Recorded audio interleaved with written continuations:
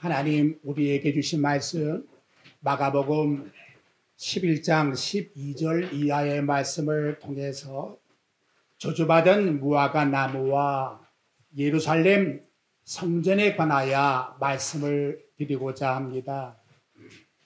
먼저 예수님은 열매가 없는 무화과 나무를 저주하셨다라고 하는 사건이 나옵니다. 그 내용을 보면 예수님께서 마지막 생애에 예루살렘으로 입성하신 이튿날 베다니에서 나왔을 때에 시장길을 넘겨 멀리 잎사귀가 있는 한 무화과 나무를 보시고 그리로 가셔서 열매를 찾아보셨는데 그 무화과 나무의 상태는 잎사귀는 무성한데 열매가 전혀 없었다라고 일러주고 있습니다. 본문의 저자 마가는 그 이유를 13절 하반절에 보니까 열매가 열릴 때가 아니라 라고 적혀 있습니다. 그럼에도 불구하고 예수님은 그 나무를 향해서 저주를 하십니다. 그 저주의 내용이 14절에 나타납니다. 이제부터 영원토록 사람이 내게서 열매를 따먹지 못하리라. 사랑이 풍성하신 자비하신 예수님께서 혹독한 영원한 저주를 무화과 나무에게 하신 이유가 무엇일까요? 정말 우리 예수님이 그렇게 무자비하신 분이십니까? 분명히 이것은 곁에 있는 제자들에게 무엇인가 중요한 교훈을 주시려고 하는 의도가 있는 사건이라는 것을 생각할 수가 있습니다. 예수님은 열매 없는 무화과 나무를 저주할 때에 네게서 이렇게 수라고 하는 헬라어의 인격 대명사 당신이라고 하는 호칭을 쓰고 있다는 거지요. 예수님이 저주한 무화과 나무를 향해서 마치 사람에게 호칭하듯이 그렇게 말씀하고 있습니다. 그리고 그 저주는 단순히 너 말라 죽어라 이것으로 끝나는 것이 아니라 헬라어의 아이온이라고 하는 영원한 저주를 그 무화과 나무에게 하셨다는 겁니다. 일반적으로 무화과 나무를 보니까 약 100년 정도 산다고 해요. 그것으로 끝나는 나무인데 어떻게 해서 그 무화과 나무를 향해서 영원토록 끝이 없는 저주를 너 받아라 이렇게 말씀하고 있는가라는 것이지요. 이는 단순히 무화과 나무에 대한 저주가 아니라 하나님께서 타락한 인간을 무화과 나무로 의인화하여서 심판하시는 저주인 것을 일러주고 있는 것입니다. 본문의 20절에 가보면 그 다음날 예수님의 일행이 그 나무의 옆을 지나가다가 나무가 완전히 말라 죽은 것을 보고 베드로가 깜짝 놀라면서 예수님께 여쭈어봅니다. 저 저주한 무화과 나무가 말랐나이다. 여러분, 저와 여러분이 나가서 저 나무를 향해서 너 말라 죽어라. 그러면 그 나무가 죽을까요? 오글성설이지요. 그러면 무엇을 지금 우리에게 일러주고 있는가라는 거지요. 예수님이 바로 인간의 생명을 좌우하듯이 식물의 모든 것도 좌우하고 계시는 하나님이신 것을 하나님의 명은 그대로 이루어지는 바로 그와 같은 분이라는 것을 저와 여러분들에게 일러주고 있는 것입니다. 이건 무엇을 예측하고 일러주고 있는 말씀입니까? 이제 며칠 안 있어서 금요일이 되면 십자가에 못 박혀 죽으실 예수님이 인간의 권세에 의해서 내가 십자가에 달려서 죽는 것이 아니라는 거지요. 바로 하나님의 작정하신 그 뜻에 의해서 이루어진다는 것을 암시해 주고 있는 것입니다. 이제 무화과 나무를 창조하신 하나님께서 그 나무를 세상에 왜 존재하게 했을까요? 예수님이 찾은 것은 열매를 보았다는 것이지요. 저주받은 무화과 나무에 열매가 없다는 것은 그 나무의 존재 가치가 상실되었다는 거예요.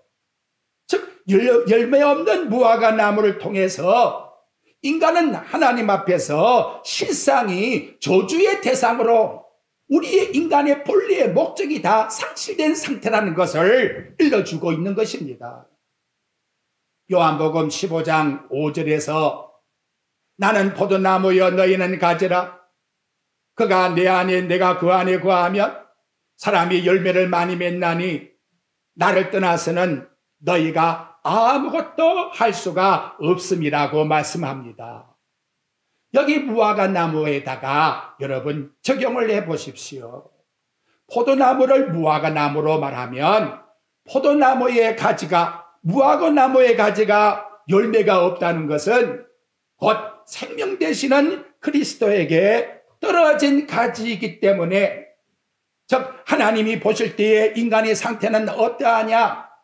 열매를 맺지 못하는 무화과 나무와 같이 우리 인간은 영생의 열매를 맺을 수 없는 존재의 가치가 상실된 자라는 것을 우리 예수님께서 이렇게 실체적으로 무화과 나무를 통해서 보여주고 있는 것입니다. 바울은 저와 여러분의 상태를 뭐라고 말씀했느냐? 로마서 3장 10절부터 12절에 말씀합니다. 의인은 없나니 하나도 없으며 깨닫는 자도 없고 하나님을 찾는 자도 없고 다 치우쳐 함께 무익하게 되고 선을 행하는 자는 없나니 하나도 없도다. 그렇다면 죄 없으신 전능하신 예수님은 왜 십자가에 달려 저주를 받아 죽어야 합니까? 그 이유를 무화과의 저주 사건을 통해서 제자들에게 암시적으로 교훈을 해주고 있다는 것입니다. 당시 유대인들과 세상 사람들은 예수님이 십자가에 못 박아 죽어야 된다라고 한 목소리를 통해서 그와 같이 말했지만 예수님이 무화과 나무를 통해서 보여주는 실체가 뭐냐? 너희들은 나를 떠나서 아무것도 할 수가 없는 저주받은 무화과 나무와 같은 상태에 있는 존재이다. 그것을 제자들에게 영적으로 깨우쳐주고 있다는 것이지요.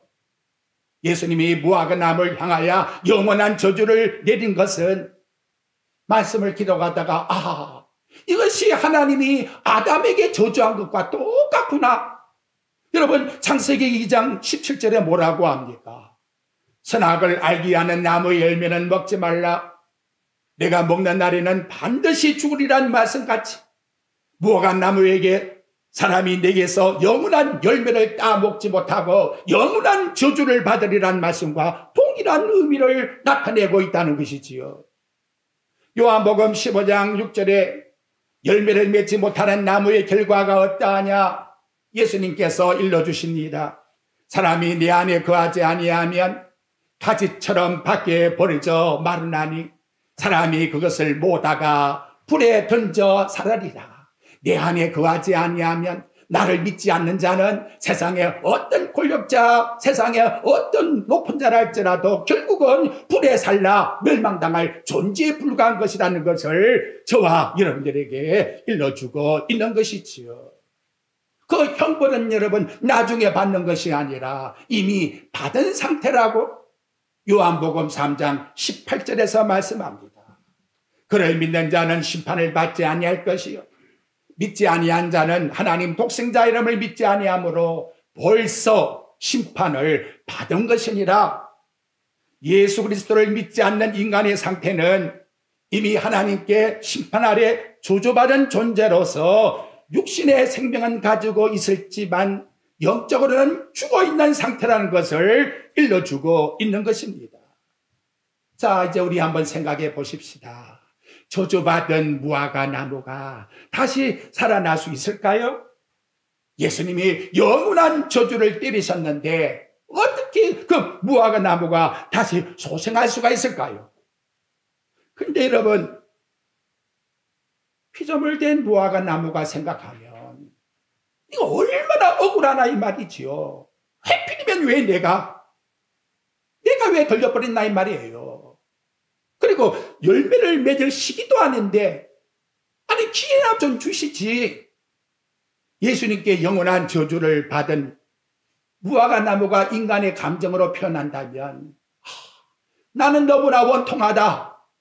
여러분 그렇게 얼마든지 의인화해서 생각할 수가 있지 않습니까? 그런데 생각해 보십시오. 저주받은 무화과 나무가 도대체 누구신가라는 것이지요. 우리 예수님이 자신을 드러내고자 이와 같이 말씀해 주고 있다는 거예요. 예수님의 입장에서 십자가에 죽는다는 것 얼마나 여러분 억울한 말씀입니까? 죄가 있습니까 여러분? 죄가 없으신 그분이 그리고 피조물에게 조물주 하나님이 어떻게 흉악한 그 십자가에 달려서 마치 능지처참하듯이 십자가에 못 박혀 죽어야 되는가라는 것이지요. 결국 타락한 인간이 하나님께 받을 영원한 저주를 하나님의 아들이 대신 십자가의 죽음으로 속량하셔서 전혀 희망이 없는 마치 죽어있는 무화과 나무 같은 이런 나무에다가 다시금 소생함으로 일으키는 놀라운 영적 역사의 변화를 영적으로 죽어있는 우리들에게 새 소망을 주기 위해서 오신 분이라는 것을 우리에게 말씀은 드러내고 있다는 것입니다. 바울은 갈라디아 3장 16절에서 이를 강조합니다. 현대어 성경에 보면 성경의 나무에 달린 자는 누구나 저주받은 자이다라고 기록된 대로 예수께서는 나무로 만든 십자가에 달려서 우리를 율법의 저주에서 건져주신 것입니다. 바울은 여기서 강조하는 것이 나무에 달린 자, 나무로 만든 십자가, 마른 십자가, 마른 나무 막대기, 생명이 없고 저주받은 무화과 나무 같은 이런 존재, 다시금 생명으로 살 수 있다는 것은 절대로 불가능한 이곳에 죄가 없으신 하나님의 아들이 대신 무화과 나무같이 저주받아 죽은 그런 상태로 그분이 달려서 우리를 위해서 3일 만에 부활하심으로 말미암아 영원한 영생의 복을 우리 인간의 조건과 행위가 아니라 그냥 공짜로 값없이 선물로 우리에게 주셨다는 것. 얼마나 여러분 벅찬 마음이 올라옵니까? 이것이 바로 하나님의 뜻이라고 말씀합니다. 베드로 사도는 이 사건을 베드로전서 2장 10절에서 기록하며 다음같이 일러주고 있습니다. 너희가 전에는 백성이 아니더니 이제는 하나님의 백성이요. 중간에 어떤 조건이 붙는 게 아니에요.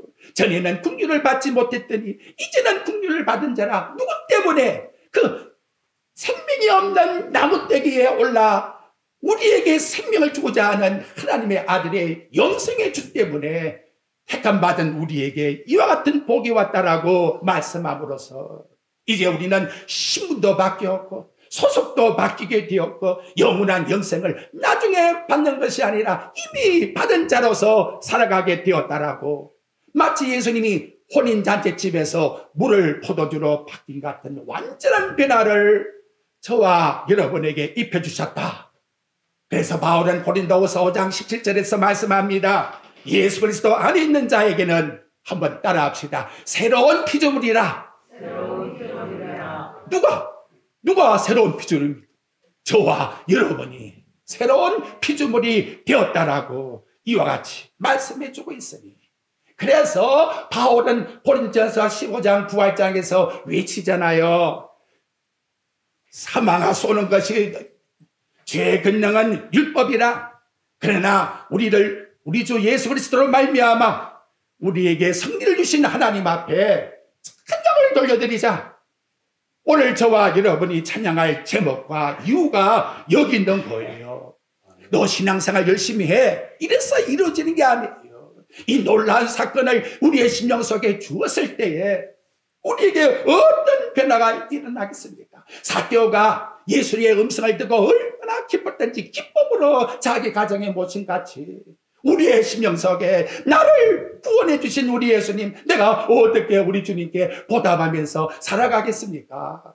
이런 감사함이 나타나게 된다라고 성경은 우리에게 일러주고 있습니다. 아울러 여기에는 어떤 인간의 공력도 거기에 포함되지 않기 때문에 바울 사도는 디모데후서 1장 9절에서 말씀합니다. 하나님이 우리를 구원하사 거룩하신 소명으로 부르신 것은 우리의 행위대로 하심이 아니요 오직 자기의 뜻과 영원전부터 그리스도 예수 안에서 우리에게 주신 은혜대로 하심이라 라고 우리에게 말씀합니다. 할렐루야. 이제 두 번째 사건을 보십시다. 예수님이 성전에 들어가셔서 정화하시고 그 아름다운 성전을 저주하셨다는 거예요. 저주. 오늘 본문의 15절부터 16절 말씀의 내용에 보면 예수님께서 성전에 들어가서 하신 일이 쭉 나오지요. 유대인들이 절기가 되면 순례자들이 많이 올라오잖아요. 그래서 이들은 예비에 필요한 양과 비둘기를 먼 데서 가져올 수가 없으니까 돈을 가지고 와서 이방인들에서 그걸 바꿔 사는 거예요. 그리고 유대인들의 남자는 1년에 한 번씩 성전세, 그래서 반세기를 내야 되는데 그런 장사를 처음에는 순수한 마음으로 바꿔줬는데 생각해보니까 이거 돈벌이가 되거든요. 그래서 타락하기 시작했다는 거지요. 결국 하나님께 대한 예배의 목적이 아니라 돈 버는 장소로 완전히 타락된 성전이 되고 말았다. 예수님이 예루살렘에 올라올 때에는 마지막 6월절 언양 되시는 그 예수님의 뜻을 드러내려고 6월절에 올라오신 것이지요.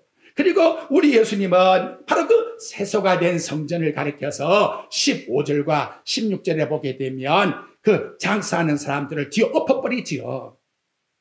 그런데 여러분, 예수님은 성전의 정화를 여기서 끝난 것이 아니라 마태복음 24장 1절부터 22절에 보게 되면 충격적인 사건이 나와요. 예수님께서 성전에서 나와 갔더니 제자들이 성전의 건물을 가리켜 보여줘요. 예수님, 이 성전이 얼마나 아름답습니까? 라고 뭔가 자랑 삼아 예수님께 보여주려고 그렇게 했는데 예수님의 입술에서 정말 아름답네 이렇게 말씀한 것이 아니라 성전을 향하여 저주를 하셨다는 거예요. 그래서 뭐라고 말씀하느냐? 돌 하나도 돌 위에 남지 않고 다 무너질 성전이라. 얼마나 옆에 이 말을 들은 제자들이 충격적이겠습니까? 자기네들은 46년 동안 지금 보수를 하고 있다고 하는데 돌 하나 돌 위에 남지 않고 다 무너져 버릴 성전이라고 하나님이 저주를 하셨다는 것이지요. 인간의 눈으로 볼 때는 정말 아름다운 성전인데 예수님의 생각은 완전히 달랐다는 것이지요. 그러면 예수님이 드러내고자 하는 성전이 뭐냐? 그래서 요한복음 2장 19절부터 21절에서 그것이 성전이 아니라 내가 바로 이 땅에 오신 진정한 하나님의 성전이라는 것을 말씀합니다. 너희가 이 성전을 헐어버리라. 내가 사흘 동안에 일으키리라. 유대인들이 우리가 46년 동안 지은 것인데 당신이 어떻게 사흘 만에 일으키겠습니까? 그때에 거기에 저자는 뭐라고 말씀하느냐? 예수는 성전된 자기의 육체를 가리켜 말씀하신 것이다 라고 이렇게 우리에게 일러주고 있다는 것이지요. 하나님은 아름다운 예루살렘의 건물을 보시고 같이 평가를 내리는 분이 아니라는 것. 아무리 세상에 아름다운 것을 지어서 성전이라고 이름을 붙였다 한들 그 성전의 건물이 우리 인간을 구원해 줄 수 있는 기능은 아무것도 없다는 것이지요. 무엇이 우리를 구원하는 것입니까? 그것은 바로 성전이신 예수 그리스도께서 피 흘려 죽으시고 부활하심으로 말미암아 하나님이 우리에게 그냥 주시는 영적 속죄의 제물로 인한 하나님의 은총이라는 것을 이들이 전혀 알지를 못했다는 것이지요. 그래서 주신 말씀의 내용이 무엇을 일러주고 있는 것입니까? 이제부터는 너희들 눈에 보이는 그 성전, 그 속에서 얼마나 재물들이 죽고 있느냐, 그걸 너희들이 믿고 거기서 구원을 받겠다고 하지 말고, 이 땅에 진정 단번에 완전히 온전히 속죄를 이루신 예수 그리스도를 너희들에게, 내가 너희에게 보여주지 않느냐, 나를 믿어라 라고 우리에게 일러주고 있는 것입니다. 여러분, 아름다운 성전 기대하지 마세요. 다 무너지는 겁니다. 그 성전 자체가 우리에게 절대로 구원을 줄 수가 없다는 것이지요. 그러니까 지금 우리 예수 믿는 사람들이 성전이라고 이름을 붙여놓고 그 성전 건물 아름답게 지으면 거기 들어가면 복을 받을 것이라고 이렇게 착각을 하고 잘못 생각하고 있다는 것이지요. 하나님은 그래서 영광을 받으시는 분이 아니라는 거예요. 누굴 통해서 영광 받느냐? 고린도전서 6장 19절부터 20절에 말씀합니다. 너희 몸은 너희가 하나님께로부터 받은 바 너희 가운데 계신 성전인 줄을 알지 못하느냐? 너희는 너희 자신의 것이 아니라 값으로 산 것이 되었으니 그런즉 너희 몸으로 하나님께 영광을 돌려드리라.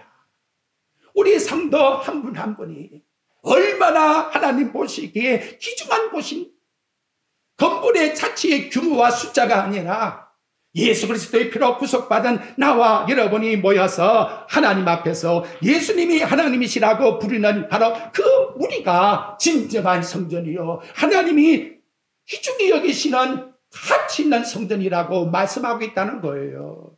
그래서 마태복음 18장 20절에 말씀합니다. 두세 사람이 내 이름으로 모이는 그곳에 내가 너희와 함께 해주겠다. 거기에 하나님이 임재해 계신다라고 말씀하고 있는 것입니다.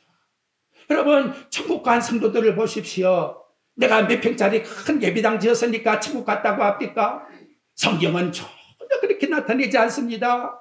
요한계시록 7장 14절 말씀해 보십시오. 어린 양의 피로 자기 자신의 옷을 씻은 자만이 거기에 참여할 수가 있다라고. 예수의 피에 시침을 받지 아니하면 세상의 것 다 드린다 해도 아무 가치가 없는 것이라고 우리에게 던져주고 있다는 것이지요. 그러면 하나님이 뭘 통해서 영광을 받으실까요? 여러분, 여기 본문은 없는데 참 묘한 것을 제가 발견을 해서요. 그것이 여러분 마태복음 21장 15절과 16절입니다. 성전 정화를 한 다음에 요 부분의 사건이 마태는 기록을 해서 우리들에게 일러주고 있는데, 마태복음 21장 15절과 16절에 뭐라고 했느냐? 대제사장들과 서기관들이 예수께서 하시는 이상한 일과 또 성전에서 소리질러 호산나 다윗의 자손이여 하는 어린이들을 보고 노하여 예수께 말하되 그들이 하는 말을 듣느냐? 예수께서 이르시되 그렇다. 어린아이와 젖먹이의 입에서 나오는 찬미를 온전하게 하시느니라 함을 너희가 읽어보지 못했느냐? 라고 우리 예수님께서 말씀해 주는데, 그것이 여러분 시편 8장 2절에 나오는 다윗의 예언이었다는 것이지요. 예수님이 장차 대직자를 통해서 여러 가지 저항을 받지만 그걸 이겨내는 것이 뭐냐? 바로 어린아이를 통해서 하나님께 드리는 찬송이 그걸 초없앤다고 그렇게 예언으로 말씀으로 가르쳐주고 있다는 것입니다. 당시 여러분 어린아이의 찬양의 소리를 들었던 그 서기관들과 다른 대제사장들이 어떻게 생각했느냐?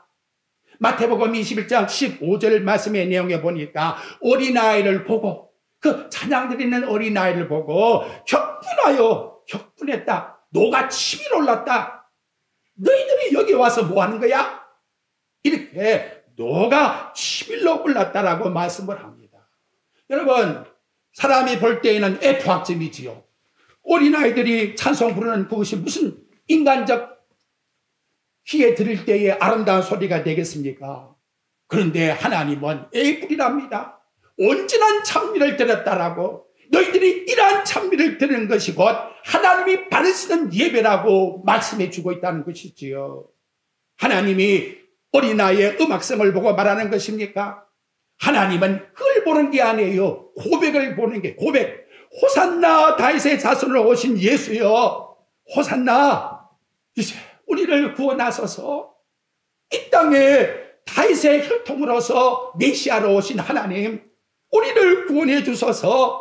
그 소리를 하나님이 받으시고 흠양하시고, 너 정말로 내게 합당한 찬양을 드리구나. 나는 이러한 성전에 있는 소리를 듣고자 하노라. 그걸 이 말씀 속에서 마태복음에서 삽입해서 더 호충을 내주고 있다는 거예요. 근데 여러분, 오묘한 것은 마가복음에서는 뭘 또 등장시키느냐? 동일하게 우리 예수님께서 들은 소리가 있는데, 그것이 여러분 앞에 마가복음 10장에 나오고 있는 46절부터 49절의 말씀의 내용입니다. 거기에 뭐가 나오느냐? 여러분들이 잘 알고 있는 내용. 여리고성에서 나올 때에 거지 바디메오, 시각장애인이지요. 앞을 보지도 못하는데 돈도 없어요. 거지. 그러니까 나가서 뭐 동양을 하고 있었다는 거지요. 그날도 나가서 동양을 하고 있는데 귀에서 소리가 들려요. 뭐라고 하느냐? 나사렛 예수가 지나간다. 나사렛 예수가. 마음에 그냥 그 소리를 듣자마자 벌떡 일어나서 뭐라고 외칩니까? 예수님을 향하여서 다윗의 자손 예수여, 나를 구원하소서. 다윗의 자손 예수여. 그 소리에 천지를 창조하신 하나님의 발걸음이 멈추었다는 거지요. 그리고 돌이켜서서 그 불쌍한 시각장애인 거지 나사로의 손을 들어주시고 눈을 뜨게 해주셨다라고 우리에게 말씀으로 나타내주고 있다는 것입니다.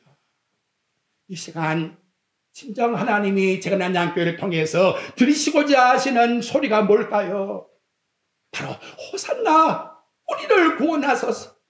이 땅에 우리의 죄를 위하여 십자가에 죽으시고 3일 만에 부활하신 하나님이여, 우리를 불쌍히 여겨주소서. 이것을 우리 하나님이 얼마나 기뻐하시는지 기도를 해보십시오. 내 조건은 90%가 되고 하나님이 나를 사랑하신 것은 이만큼 전혀 반대로 생각해야 되는 거예요. 그렇죠? 우리 마음과 생각을 지키시리라. 감사하며 기쁨으로 하나님께 아뢰우면 왜 모르겠습니까, 여러분? 우리 머리털까지 다 세신 바 되신 하나님이신데, 그러면 하나님이 우리에게 요구하심이 뭡니까? 예루살렘 성전의 그 아름다운 음악 소리를 듣고자 하심이 아니라는 거지요. 하나님께서는 어린아이를 통해서라도 호산나 다윗의 자손이여라고 하는 정확한 신앙 고백을 요구하시는 거예요. 바디메오를 통해서 요구하심이 무엇입니까? 아무리 세상에 불쌍한 사람이고 하루 먹고 사는 사람이 할지라도 나는 다윗의 자손 예수가 나의 구원해 주라고 고백하는 그 소리를 듣고 발을 멈췄다는 것을 우리에게 일러주고 있다면, 세상에 다른 어떤 소리도 하나님 듣잖아요. 우리를 구원하시고자 하시는 뜻은 오직 예수 그리스도께서 저와 여러분을 위하여 십자가에 죽으셨다고 하는 바로 메시아 되신 그리스도를 고백할 때만이 그 음성을 들으시고 기도를 들으시고 찬양을 들으시고 예배를 받으신다는 것을 우리에게 일러주고 있는 것입니다. 여러분, 교회라는 것은 하나님의 택한 백성이 없으면 건물이지 교회가 아니에요. 거기에 두세 사람이 모여 있다 할지라도 다윗의 자손 예수여, 우리를 구원하소서라고 하는 고백을 드린다면 내가 거기에 너와 함께 있으리라. 그렇다면 여러분, 반대로 생각해 보십시오. 하나님이 세우신 교회에 인간이 전황이 나온다면 그때부터는 분쟁이요 멸망하는 교회가 되는 것입니다. 우리 제가난양교회는 예수님이 가신 그 발걸음이 멈춰 섰겠던 한소경의 바디메오와 같은 외침, 호산나 다윗의 자손이여라고 하는 이 이름을 외치고 존귀하고 이 이름 때문에 내 목숨도 줄 수 있다고 하는 이런 가치를 가지고 살아가셔야 돼요. 이것이 성경이 역사하는 교회요. 우리 세상 살면서 무엇이 두려울 것이 있습니까? 부활하신 주님이 인정을 해주는 말씀인데, 그렇지요? 근데 여러분, 이제 의문점이 또 하나 생겼어요. 다시 마가복음 11장 20절에 한번 가보십시오. 앞에 이야기는 드렸고 23절에 보니까 갑자기 예수님이 이런 말씀을 해요. 내가 진실로 너에게 이르노니 누구든지 이 산을 들어 바다 가운데 던지라. 그 말하는 것이 이루어질 줄 믿고 마음이 의심하지 아니하면 그대로 이루어지리라. 그러므로 내가 너에게 말하니 누구든지 기도하고 구하는 것을 받은 줄로 믿으면 그대로 이루어지리라. 그러니까 기도하고 여러분 의심 없이 믿으면 무엇이? 산이 바다로 옮겨지죠? 예수님이 그렇게 말씀하잖아요. 그렇죠? 그런데 여러분, 이 내용이 기도하면 하나님이 무조건 이루어준다고 하는 바로 그렇게 독선적인 교리로 가르치니까 그러다가 기도에 응답이 없으면 그냥 실망하고 도망가 버리는 거예요. 지금 예수님이 일러주는 이 본문의 내용이 무엇을 마지막 결론으로 맺고 있나 이 말이에요. 여러분 거기 25절 한번 보십시오. 서서 기도할 때에 아무에게나 혐의가 없거든 용서하라. 그래야 하늘에 계신 너희 아버지께서 너희 허물을 사하여 주시리라. 왜 갑자기 산이 옮겨 바다로 움직이는 그런 기도를 하라고 하면서 결론에 가서 아버지의 용서가 나올까요? 여러분 생각해 봅시다. 마른 막대기 무화과 나무가 다시금 소생함을 얻고 열매를 얻는 것은 비옥한데 저 산을 바다에 옮기는 것과 어때요? 어느 것이 더 불가능해요? 불가능한 것이지요. 불가능한 것입니다. 그 불가능한 것이 뭐냐? 하나님 앞에 용서받는다고 하는 이 자체가 불가능한 거예요. 어느 누구가 하나님께 기도해서 여러분 용서받을 겁니까? 100번, 1000번, 만번 무릎을 꿇고 기도하면 용서받을까요? 그러면 여러분 하나님 아들이 세상에 와서 십자가에 죽을 이유가 전혀 없는 것이지요. 그러니까 무엇을 우리들에게 지금 일러주고자 하시는 말씀의 내용입니까? 바로 산을 옮겨 바다에 빠진 것은 불가능하지 않느냐?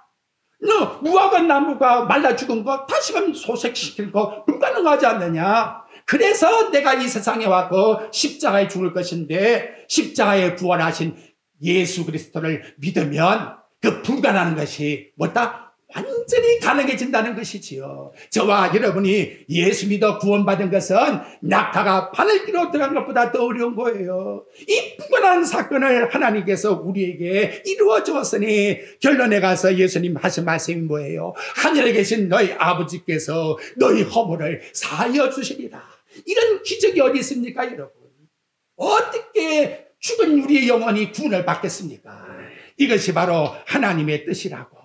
죄 용서받아 하늘의 하나님을 우리 아버지라 나의 아버지라 부를 수 있게 되었으니 이 놀라운 것은 바로 예수 그리스도의 십자가 때문인 것을 일러주고 있습니다. 이 놀라운 하나님 은혜에 찬양하며 기쁨으로 주님을 섬기는 저와 여러분의 삶이 되시기를 주의 말씀으로 축원드립니다.